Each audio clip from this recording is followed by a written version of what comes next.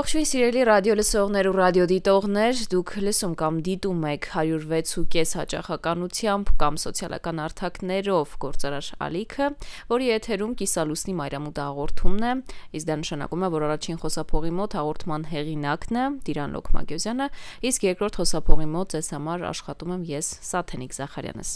Ողջույն, պարոն Լոքմագյոզյան։ Թուրքական մամուլն ուսումնասիրելիս աչքովս մի այսպիսի լուր ընկավ, որ ֆրանսիական Le Express թերթը անդրադարձ կատարել Էրդողանին որպես առաջնորդ իր կերպարին եւ մասնավորապես նշել էր, որ նա է Եվրոպայի շարժիչ ուժը եւ առանց նրա կարծես թե համաշխարհային հավասարակշռությունը չի պահպանվում եւ ինքը գիտի ինչպես իրեն դարձնել անփոխարինելի։ Քանի որ Արչևում ընտրություններ են, ես կուզեմ անդրադառնանք Էրդողանին որպես առաջնորդ,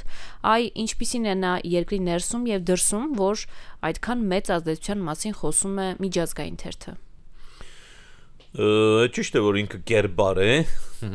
ինքը շատ խարիզմատիկ ղեկավար է, հետաքրքիրն է, որ ես մի քանի անգամ կրկնել եմ ես այս բանը եւ մի անգամ ինչ որ կոմենտներում մեկը ասում էր, որ Այդ ոնց եմ ես թուրք ղեկավարին խարիզմատիկ կոչում եմ, մարդը խարիզմատիկ է, իմ ասում, բա ինչ ասեմ։ Իրերը կոչենք իրենց անունը։ Խեղճուկրակ մարդ, որը չէ ինքը, իհարկե սա բան է, ջայլամական քաղաքականություն է իհարկե, ես այդպեսի բանի հետամուտ չեմ։ Իրերը, այո, իր անունով եմ կոչում ես, եթե թուշնամին էլ եթե ինքը ինչ որ բանով լավ է, ասենք ուժեղ է բանը, պիտի ասես, ոչ պիտի թերագնահատես, ոչ պիտի գերագնահատես։ Առավելությունները չպետք է անտեսես։ Իհարկե, թե չէ կընկնենք այսօրին իհարկե։ Բայց մի քիչ չափազանցված եմ գտնում, որ լավ Եվրոպայի շարժիչ ուժը մի քիչ չափազանցված է, բայց մանավանդ որ հավասարակշռություն է, բայց ես կասեի ճիշտակարակ է, ինքը անհավասարակշռություն մտցնող մարդ է այստեղ այս ամբողջ տարածաշրջանում, եւ նաեւ աշխարհում իհարկե։ Եվ շատ բաներ, ծրագիրներ ինքը չասեմ խափանեց, բայց խանգարեց մեկ խանգարում է ու իրեն է առաջ տանում եւ հաջողության է հասնում գոնե մասամբ հաջողության է հասնում այդ մարդը դրա համար էլ ես գնահատում իրեն Երանի մենք էլ նման մի հատ ղեկավար ունենայինք եւ ինչ անում է իր երկրի համար է անում այո շատեր այն կարծիքին են որ ժողովուրդը շատ է դոժում եւ նաեւ թուրք ժողովուրդը այդ կարծիքին է գուցե այո ժողովուրդը կարող է դոժի բայց երկիրը շահում է Երկիրը շահում է ազգային տեսակետով իրենք շահում են տեսեք մինչև իր գալը եւ իր գալուց հետո մինչև այսօր Թուրքիան ինչ ճանապարհ է անցել եւ ինչ հաջողությունների է հասել այս տարածաշրջանում հատկապես հաջողության է հասել նաեւ այն առումով որ չգիտեմ հիմա շարժիչ ուժ է թե շարժիչ ուժ չէ սակայն այնուամենայնիվ արևմտյան ուժերի, ավելի ճիշտ ասենք գլոբալ ուժերի, այստեղ կոնկրետ օրինակ նաև Ամերիկայի գլխավոր գործակատարն է ինքը այս տարածաշրջանում, սրա մասին ես բազմաթիվ անգամներ խոսել եմ եւ իր գործը շատ լավ է կատարում։ Մինչև այդ Թուրքիան էլի գործակատար էր այս տարածաշրջանում, ՆԱԹՕ-ի, Ամերիկայի ամենալավ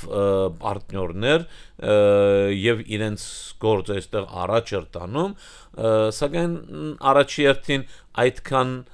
գարիք չկար իր այդ բանին, իր դերի համար, ասենք երկրորդը իրենք ավելի շատ կատարող էին, այսինքն հանձնակատար էին, հանձնարարվում են իրենց եւ իրենք կատարում էին, սակայն այսօր Էրդողանի միջոցով, այսինքն հանցինս Էրդողանը իր քաղաքականությունն է առաջ տանում, առաջ այդպես չէր, իրենք չէին ջնշում, ասենք գլոբալ ուժերին, արևմտյան ուժերին, մեծ ուժերին, թե չէ, մենք էլ ենք ուզում եւ այն, այդպես չէին անում։ Այդպիսի մի բան կատարվեց առաջին համաշխարհային պատերազմից հետո, երբ որ Թուրքիան, այսինքն Օսմանյան գայսրությունը բարդվել էր, ջախջախվել էր, սակայն կային, ասենք, մարդիկ, որ Թուրքիային արդեն նոր ստեղծվող պետությունը հանեցին այդ փոսից ոչ միայն հանեցին, այլ նաև իրենք ստացան այն ամեն ինչը, ինչ որ իրենք ուզում էին, ինչ որ իրենց պետք էր։ Այսօր դա այն ժամանակ հիմնականում Իսմետ Ինոնին էր, որը բանակցում էր Եվրոպայում, բանի Օսմանյան գասության կամ Թուրքիայի, Նոր Թուրքիայի անունից, իսկ այսօր մենք ունենք Էրդողանը, որ կարողանում է իր շահերը շատ լավ կերպով առաջ տանի, իսկ մեկ-մեկ էլ հագադրվում է այդ ուժերի հետ, արևմտյան ուժերի հետ, ում հետ որ ինքը համագործակցում է եւ ում համար աշխատում է ինքը։ Սակայն ինքը Իրանը առաջ է տանում եւ ստացվում է։ Այսինքն ինքը Իրան գյուղի գժի տեղ է դրած ու լավ էլ առաջ է գնում։ Եվ Էրդողանի չնայած դա ավելի շուտ սկսեց իհարկե այդ մոտեցումները Թուրքիան ասենք ինչ ասեմ 70-ականներից հետո հատկապես մի քանի տասնյակ տարի սենց խարխափումների մեջ էր ինչ ուղղությամբ գնա օսմանիզմ թե թուրքիզմ եւ այլն գրոնական թե աշխարհիկ եւ թուրք-իսլամ սինտեզը, այսինքն թուրք-իսլամական սինտեզը ի հայտ բերեցին, այդպիսի գաղափարներ եւ այն նոր գաղափարներ էին ի հայտ գալիս եւ դա ընդունվեց երևի ամենահավանականը եւ այսօր Էրդողանի քաղաքականությունն էլ դա է, այսինքն ինքը համ նալին է խփում, համ նեխին է խփում, օրինակ թե թուրքական այդ ճանապարհը կամ պանթուրքական ճանապարհն է առաջ տանում, մյուս կողմից պանիսլամությունն էլ է առաջ տանում, այսինքն ինք եւ երկու կողմերում էլ ինքը հավակնում է առաջնորդությանը։ Տեսեք, պանթուրքական այս գաղափարախոսության մեջ ինքը առաջ տանող ուժն է, մատորն է, այսպես ասած, եւ նաեւ արդեն գամած ինքը ղեկավար բանն է ստանցնում, ղեկավարությունն է ստանցնում այս ամեն ինչում, որովհետեւ ինքն է առաջ տանում, նյութականն էլ ինքն է շատ տնում այդ գործի մեջը եւ արդեն գամած համակերպվում են, որ հա Թուրքիան մեր իշխողն է կամ ասենք ուժն է, որի հետևից մենք պետք է գնանք։ Իսկ նաև մյուս կողմից պանիսլամիզմի մեջ իհարկե այստեղ նաև ուրիշ խաղացողներ կան, սակայն այնուամենայնիվ ինքը այդ ճանապարհով գնում է, այդ քաղաքականությունն է առաջ է տանում, իսլամիզմն է առաջ տանում եւ այնպես անում, որ ինքը այստեղ գլխավորներից մեկը գոնե դառնա, այսօր գլխավորներից մեկն է, բայց այնքան շատ է խաղում, որ իր անունը ավելի շատ է լսվում մյուսներից եւ կարելի է ասել, որ արդեն հաջողել է այն բանին, որ ինքը ընդունվում է որպես իսլամի առաջնորդներից մեկը եւ Թուրքիան նաեւ իհարկե ամեն ինչի մեջ գա ինչ որ իսլամի հետ կապ ունի, ամենտեղ խառնվում է, հատկապես իհարկե իսրայելա-պաղեստինական այդ խնդիրները, պատերազմը կամ ասենք շատ օգնում է Իրան, շարունակ խոսում է Պաղեստինի կողմից Իսրայելի դեմ եւ այլն, սակայն այստեղ մի հետաքրքիր բան կա, խոսելը խոսում է, բայց գործ չենք տեսնում, ոչ մի գործ չկա այստեղ, միայն հոխորտում է, խոսում է, բա Երուսաղեմը մերն է, մերը պետք է լինի, հрьяաները սենց են, ամեն տեսակ վատ բան ասում է հрьяաների մասին, սակայն Թուրքիան մինչև այսօր էլ բանը Իսրայելի հետ շատ լավ տնտեսական հարաբերություններ եւ զարգանում են։ Իհարկե այսօր այնպես են արած, որ թղթի վրա Իսրայելի հետ չունեն տնտեսական հարաբերություն, բայց դրա մասին էլ խոսել ենք, այո, գետնի վրա կա, այսօր միանգամից Պաղեստինի հետ տնտեսական հարաբերությունները, չգիտեմ, քանի 100 անգամ զարգացել են, բայց Պաղեստինը ինչը, Պաղեստինը արդեն քանդված երկիր է այնտեղ, ում է դες այդպիսի բանում, դա Պաղեստինի անունով Իսրայելի հետ է, այդ ամբողջ ապրանքները, որ Իսրայել գնում էր, այսօր Պաղեստինի անունով է գնում Իսրայել։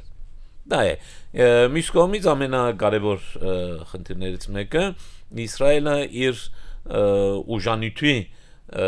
գարիքի 30-ից 40%-ը բանից Ադրբեջանից է ստանում եւ Թուրքիայի վրայով, Թուրքիայի միջոցով։ Հիմա օրինակ տեսեք 1988-90 թվականներին, երբ որ Արցախյան խնդիրը սկսվեց, ադրբեջանցիք ինչ արեցին։ Իրենց տարածքով անցնող գազի խողովակը ուղղակի փակեցին։ Դա եթե երկու երկրների մեջ ինչ որ խնդիր կա, դա առաջի անելիք բանն է, հարվածած ծնելը։ Ուկրաինան ինչ արեց։ Իր տարածքով Եվրոպա գնացող վաննան փակեց, չէ՞։ Չնայած մի տարի եւ այլն էլի օգտվեցին իրենք, հետո փակեցին։ Բայց Թուրքիան ինչի՞ չի փակում այդ վաննան։ Մի հարց է առաջանում։ Թուրքիան եթե հակաիսրայելական է եւ որին շատ հավատում են նաեւ Հայաստանում շատ մարդիկ եւ մասնագետներ, ճակերտավոր ասեմ, ինչի չի փակում այդ վանան, առաջի անելիքը դա պիտի լինի, չէ՞։ Պիտի փակի։ Ինչի փակում։ Ինչանց դրամացին Թուրքիայի ներսից էլ խոսում են, բայց հարցը փակվում է, շատ ձայն դուրս չի գալիս։ Դե այստեղ տեսնում ենք, որ այստեղ մի խաղ է խաղում, մուկ ու կադրի խաղ է խաղվում այստեղ, եւ իրական չէ այդ ամեն ինչը։ Իհարկե, վերջ-վերջո ինքը կուզենա, ասենք թե Երուսաղեմը ինչ որ կերպ Իրան պատկանի եւ դա շատ կարևոր քայլ է իհարկե իսլամի համար, այն ժամանակ արդեն գտարնա իսլամի աստվածը։ Այսինքն վերև աստված ներքև Էրդոան գալնի, ամբողջ իսլամական աշխարհը արդեն ամեն ինչ կմոռանա Էրդոանին կսկսի ճաշտել, որ 5 անգամ կճաշտենի Էրդոանին, ինչպես Աստծուն են ճաշտում։ Դա առաջ է դնում սակայն ինքը ինչ որ բաների հասել է, անգամ եթե վաղը Երուսաղեմը Իրանը չլինի, որը դժվար է լինի, այնուամենայնիվ ինքը այսօր արդեն ունի այդ կրեդիտը, ինքը այդ անունը սարքել է, իհարկե ոչ ամբողջ իսլամական աշխարհում, սակայն մեծ մասի մոտ արդեն ընդունվում է որպես իսլամի անունը առաջ տանող եւ այլն, եւ այո, մի կողմից ճիշտ է, ինքը շատ բաներ է արել, այսօր որ Եվրոպայում մեծ խնդիրներ ունեն Իսրայելի, իսլամի հետ եւ օր-օրի ահագնանում է, խայտարակ վիճակ է այնտեղ չեք պատկերացնի, Գերմանիա, Անգլիա, Ֆրանսիա եւ այլն այս երկրներում, անգամ Շվեդիա եւ արդեն նրանք այդ խմբավորումները, այդ մասսան բացահայտ աշխատում են, բանջներ են տնում եւ այլն, անգամ բանջ են տնում, որ ասենք այդ երկրները բան դառնան, իսլամական երկիր դառնան, շերիայով ղեկավարվեն, եւ այսպիսի բանջներ են տնում։ Այս վերջերս Իտալիայից արտաքսվեց մի իրենց առաջնորդներից մեկը, այսինքն մի մետրանոց մորոքով, որը 30 տարի Իտալիայում որպես փախստական ապրել է, պետությունից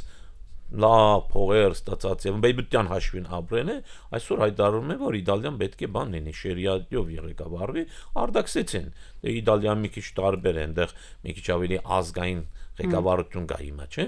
Օրինակ Գերմանիայում այդպիսի բան չեն կարողանում անեն, չեն անում։ Այսօր ընդհանրակը իրենց ամեն ինչին համակերպվում են եւ շատ մեծ խնդիրներ կա այսօր։ Այո, գամած իսլամանում է Եվրոպան, ամբողջ Եվրոպանի միջայլոց։ Կան երկրներ, որ դեռ մի քիչ դեմ են կանգնում եւ այլն, սակայն այնուամենայնիվ կատարվում է դա։ Այսօր այդ բանին հասնելու այդ գեդին հասնելու ճանապարհը կառուցողները, բացողներից մեկը Էրդոանը եղավ։ Ընդունենք դա, որովհետեւ այն ասենք ծրանից մի ինչ կան ասեմ 40 տարի առաջ Գերմանիայում ես հիշում եմ, ես այնտեղ ապրել եմ, մի հատ մզգիթ կար։ Մի հատ։ Եվ նույն քանակությամբ թուրք կար այնտեղ 3.5 միլիոն, բայց ոչ մեկը գարիք չէր զգում։ Երկրորդ մզգիթ, երրորդ մզգիթ, չորրորդ մզգիթ եւ այլն, որովհետեւ իսլամում պայման չէ դա, մի հատ աղոթելու համար մի բան ես փռում գետնի վրա, այնտեղ աղոթում ես, վերջացավ, ուրիշ բանի կարիքը չունես։ Պայման չէ, որ անպայման մզգիթ պիտի լինի։ չնայած օրինակ քրիստոնեության մեջ էլ այդպես է Քրիստոսը ասել է որտեղ որ դուք մի քանի հոգի հավաքվեք եւ իմ անունը տակ աղոթեք այդտեղ ես կամ այդտեղ այո դա արդեն եկեղեցի կարեն սակայն այնուամենայնիվ եկեղեցին ուրիշ բան է որովհետեւ եկեղեցին կոնկրետ այդտեղն է որ շարունակ աղոթվում է ավելի սրբանում է ավելի ինչ որ վեհություն է ստանում եւ այնտեղ կան ինչ որ բաներ որ պետք են այդ ամբողջ ծիսակատարությունը կատարելու համար աղոթելը ուրիշ բան է աղոթելը ես կարամ գիշերը նստեմ աստծո աղոթեմ բայց այնտեղ այդ ծիսակատարությունը կատարել հավաքով իսկ եկեղեցի նշանակում է արդեն ժողովրդի հավաքատեղի իմիջիայլոց Թուրքիան բանը ջամի էլ նույն բանն է ջամի մեզջիդ եւ այլն նույն իմաստ ունի ջամի ջեմաաթ բարից է արաբերեն ջեմաաթ հասարակություն է գոչվում համայնք այնտեղից է գալիս նույն մտածելակերպն է գարջ ասած այն ժամանակ ոչ մեկը չէր խոսում դրա մասին, բայց քաղաքական իսլամը, որ սկսեց զարգանալ, Սաուդի Արաբիան եւ Թուրքիան իրար հետ ձեռք-ձեռքի տվեցին արաբական փողերով եւ Էրդողանի աշխատանքով, թուրքական աշխատանքով, ասում բա մենք այնտեղ 3 միլիոնից ավել քաղաքացի ունենք, այսինքն կամ հայրենակից ունենք եւ նրանք կարիք ունեն այս բանի, դե գերմանացիներն էլ հարիվ, դա պետք է ասեն, ասում հա դա իրավունք ունենք, դա մի հատ մզգիտ, դա այսօր մի քանի հազար է արդեն Գերմանիայինները կարծեմ 3000 ավել են ֆրանսայիններն էլ 3000 ավել այդ վիճակն է եւ ամեն օր շարունակ մզգիթ է կառուցում բայց այս մզգիթները միայն մզգիթ չէ միայն աղոթատեղի չեն այնպես են կառուցվում որ այնտեղ ուրիշ բաներ էլ կան եւ կառույցները սկսեցին հիմնել ազգային կրոնական եւ այլն սկսեցին թե երիտասարդներ թե կանանց թե տղամարդկանց եւ այն դարբեր ինչ որ միությունների մեջ հավաքեն եւ ռադիկալացան եւ այսօր հասել ենք այն վիճակին որ օրինակ Գերմանիայում ծնված ու մեծացած թուրք երիտասարդը ավելի ռադիկալ է այսօր ֆաշիստ է անգամ կարելի ասել իհարկե ոչ 100% բայց մի մեծ տոկոսը քան իր հայրը կամ բաբը որը 60-ական թվականներին առաջին հենց Թուրքիայից եկել էր ոչ թե Գերմանիայում ծնված հենց Թուրքիայից չարուխներով եկել էր Գերմանիա աշխատելու այդ մարդիկ այդքան այդ ռադիկալիզմ չունեին այն ժամանակ որովհետև իրենց չէր դրված այդ բանը իսկ սրանց զարգացնում են ասում են եւ այդ մարդիկ թուրքական ներողություն գերմանական հերոստատեսությունով ասում են որ ես ադում եմ գերմանացիներին է գերմանացիները սա խոզ են Պատկերացրեք, այդ վիճակի են հասել։ Եվ այդ վիճակին հասցնողներից մեկը եւ գլխավորը հենց Էրդողանն էր։ Էրդողանը եւ իր քաղաքականությունը։ Հա, այսօր իհարկե միայն թուրքերը չեն, արաբները հատկապես կամ աֆղանները եւ այլն, այդ բոլոր այդ իսլամական աշխարհի ներկայացուցիչները այսօր կան եւ դա առաջ են տանում, բայց այդ առաջին հիմնակարը դնողը Էրդողանն էր եւ առաջի ճանապարհը բացողը Էրդողանն եղավ։ Այսինքն այսօր իսլամի անունով ինչ որ կատարվում է Էրդողանի քաղաքականության արդյունքն է, արդեն ինքնուրույն գարա առաջ կնա, դա ուրիշ խնդիր։ Այդ պատճառով Էրդողանը այո, այդ առումով այո, Եվրոպայում, այսպես ասած, տոնդվող մեկն է, ուղղություն դվող մեկն է Էրդողանը, սակայն այսօր արդեն երևում է, որ արդեն Իրանից դուրս եկել այդ շարժումները, այդ արդեն ինքնուրույն գնում են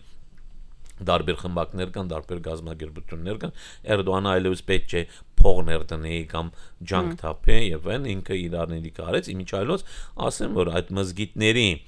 համարյա 100%-ն է ինչքան ես գիտեմ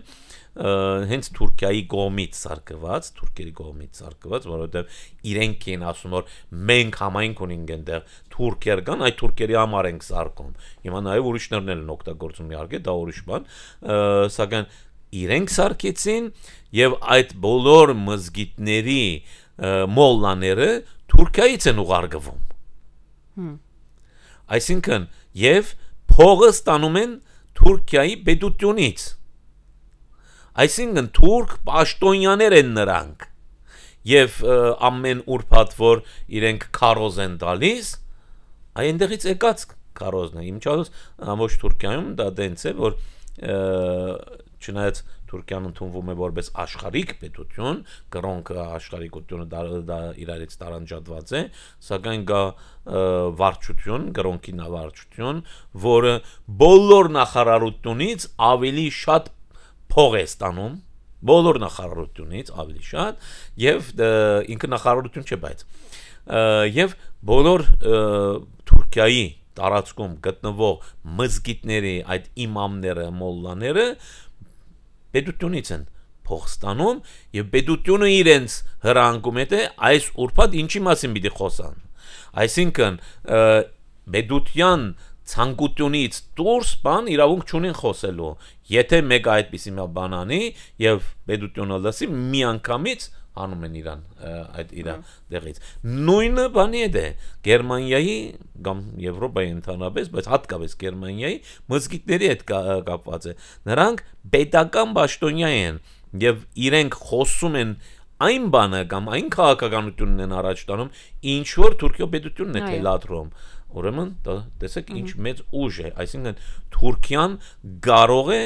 այո տոնդվող լինի ամբողջ իսլամ հասարակությանը, որովհետև աֆրիկացի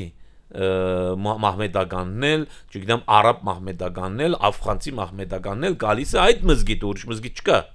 թուրքերի կառուցած մզգիտներ է, եւ լսում է այդ քարոզը։ Իհարկե նաև խմբակներ կան, որոնք իրենց քարոզիչներ ունին եւ այն թե թուրքերը, թե արաբները եւ այն, սակայն այնուամենայնիվ, եթե մզգիտ ես գնում, այդ ես լսում։ Պարոն Լոկմագեզյան, մեզ քիչ ժամանակ է մնացել իհարկե, բայց ես կուզեմ այս կարևոր հարցին անդրադառնանք։ Արդյոք կա հավանականություն, որ 2026 թվականի ընտրություններում Էրդողանը չի վերարտադրվի։ Այս վերջին ընտրություններից հետո ես արդեն ասել եի, որ սա Էրդողանի վերջին անգամ ընտրություններից առաջ ասել եի, որ սա վերջին ընտրություններն են լինելու, հատկապես նաև հետևելով իր առողջական վիճակին, չնայած այսօր կարծիք թե նոր երիտասարդություն է ապրում, երկրորդ երիտասարդություն, այն ժամանակ էլ այդպես էր, մի օր մենք տեսնում էինք իրեն շատ ընկճված, հազիվ կարողանում էր խոսել, մյուս օրը տեսնում էինք, որ 20 տարեկան երիտասարդի նման խոսում է, գոռում է, ձայնը դուրս է գալիս եւ այն ու դա ցույց էր տալիս, որ ինքը ինչ որ մի ուժեղ դեղերով եւ այլն բաղում է, դոպինգ են անում այդ մարդուն։ Սակայն հիմա նայում եմ, որ վերջին ժամանակներս, վերջին մի քանի տարի արդեն ինքը միշտ առողջ է։ Այսինքն այդ անգման ժամանակաշրջանը չկա, ինչ որ նոր բաներ են փորձում իր վրա, թե ինչ են անում, այնուամենայնիվ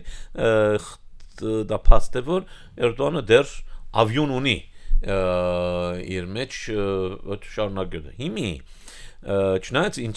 ասում եմ, որ ես ասել էի, որ սա վերջին, բայց նայում եմ, որ այս մարդը կարող է այլի շարունակի եւ այստեղ sense խնդիր կա։ Ինքը իհարկե չի ուզում շարունակի, այն ժամանակ էլ չէր ուզում շարունակել, դա իր այո վերջինն էր լինելու, բայց այստեղ հետնորդի խնդիր կա։ Եվ ինքը կարծում եմ, որ էլի խնդիրների մեջ է այդ առումով, կարծեմ խոսել ենք սրա մասին, բայց նորից կրկնենք, մի քանի տեխնացու կան իհարկե, գլխավոր տեխնացուներից ամենաառաջինը, որը մենք քանի տարի առաջ իհարկե կարծում ենք, որ իր դղուն կդնի, ինչպես որ ասենք բանը Ալիևնյան կլանը արեց այդ բանը, Իլհամին դրեցին, որը Իլհամը ընդհանրապես իր հորը եղունգը չարժեր, սակայն բախտը բերեց ինքը Իրանից ավելի մեծ հաջողություն ունեցավ, դա ուրիշ խնդիր։ Բայց Էրդողանի դղեն նույնը ընդհանրապես բանի պետք չէ, Բիլալը ու այնպիսի իմարություններ արեց, որ մի ժամանակ իրեն Իտալիա ուղարկեցին, այնտեղ էր ապրում, հետո այնտեղ ինչ որ խնդիրներ ունեցավ, էլի հետ բերեցին, սակայն ինքը չի խոսում, ոչ մի բան չի անում այսօր։ Մի հատ բերանը բացի, որովհետև իմարություններ է դուրս տալու ու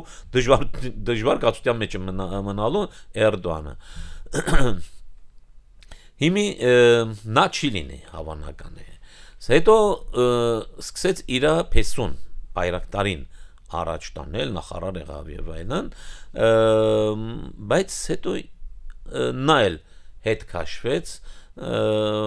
ու շատ չի խոսում ինքն է։ Այստեղ իհարկե երկու բան կա, ես դրա մասին ասեմ, նորից ասեմ, կարող է պատահի, որ էլի իր վրա այսպես ասած ստավկա դնում է, սակայն ուզում է բահի, որ չկեղտոտվի։ Այսօր պետք չէ, ինչի կեղտոտվի քաղաքականության մեջը, անունը բանանի,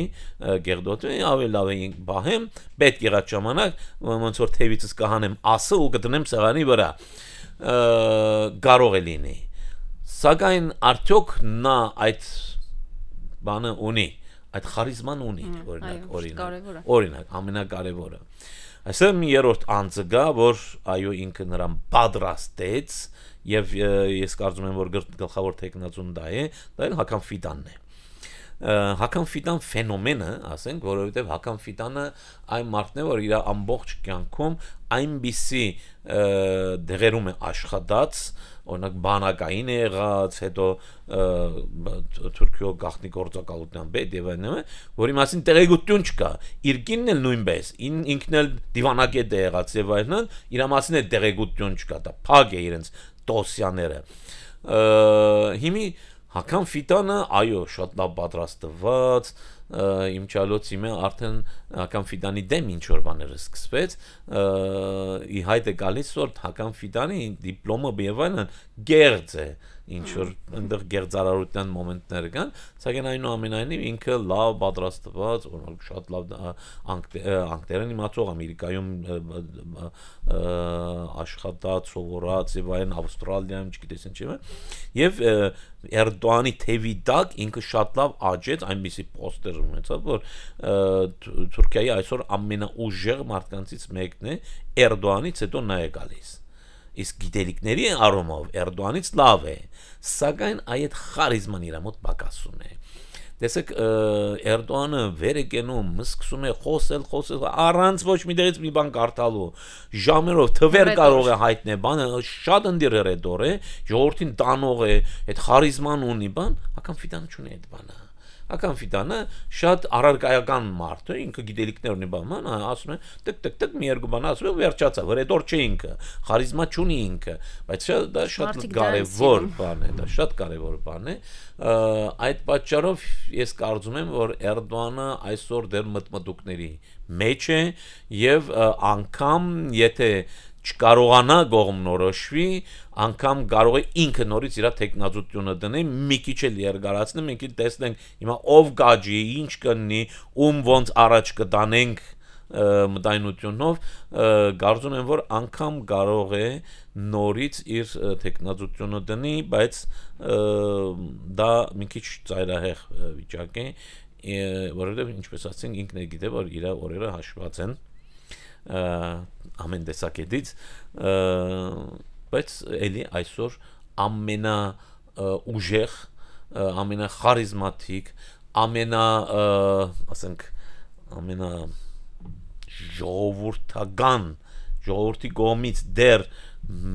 մեծ մասամբ կրեդիտ ունեցող այսպես ասած մարդն է այսօր։ Մյուսները գուցե դեռ պիտի աճեն, կարող է այնպիսի բան անել, որ տեսեք Հական Ֆիդանին վերցրեց դրեց արտգործնախարար, սակայն այսօրների Հական Ֆիդանը գա ու չկա մի բան է, չի լսվում Հական Ֆիդանը, իր նման չէ, քիչ է ճանաչում, այսինքն ճանաչում է իհարկե, սակայն այն բանը չունի, ժողովրդականությունը չունի։ Գուցե նաև ինքը